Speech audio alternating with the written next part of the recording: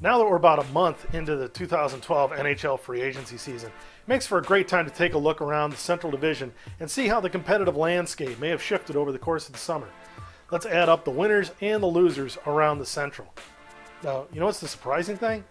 In terms of winners, there's really only one that I can think of, and that's the division champion St. Louis Blues. They pretty much stood pat over the course of this summer, but for good reason. They have a good young team. They're getting ready to head into their first full season under Coach of the Year Ken Hitchcock. So there's really no reason to rock the boat in St. Louis, and they should be primed to contend in the year ahead. Around the rest of the divisions, though, we've seen significant losses.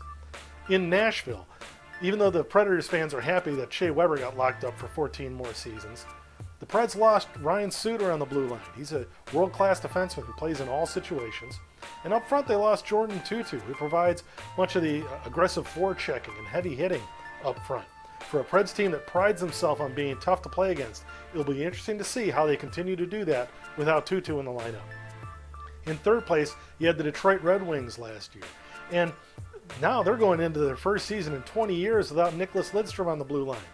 You add in the fact that Brad Stewart left via free agency, Brian Rafalski retired last summer. That blue line is just a shell of what it was 2, 3, or 4 seasons ago. And while there's still some elite talent there that they can build around, Pavel Datsyuk, Henrik Zetterberg, etc., Detroit should certainly take a step backwards this season. The only question is, will they even fall out of the playoffs? Fourth place, you had the Chicago Blackhawks, and they pretty much stood pat over the course of the summer. But unlike St. Louis, Chicago is a team with a number of questions that they need to address. There's a second-line center position that needs to be improved upon. Goaltending is an area for improvement. There's been speculation that the Blackhawks may try to trade high-scoring winger Patrick Kane, whose off-ice exploits were an embarrassment to the team. Last, and certainly least, you have the Columbus Blue Jackets, who finally pulled the trigger on the Rick Nash trade. And while they got back some decent pieces from the New York Rangers, I don't think anyone looks at that roster and sees them as demonstrably better than what they were last season. The only hope for Columbus is that, at least with the cloud of uncertainty dispelled, now that Rick Nash is gone, they can start over and start building something fresh and new.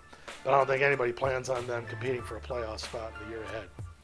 So there you have it. Right now, I only see one winner in the Central and a bunch of other teams that have questions to answer in the months ahead. I'd like to get your thoughts on the Central Division in the comments below, and make sure you subscribe to our YouTube channel as well. I'm Dirk Hogue of On the Forecheck.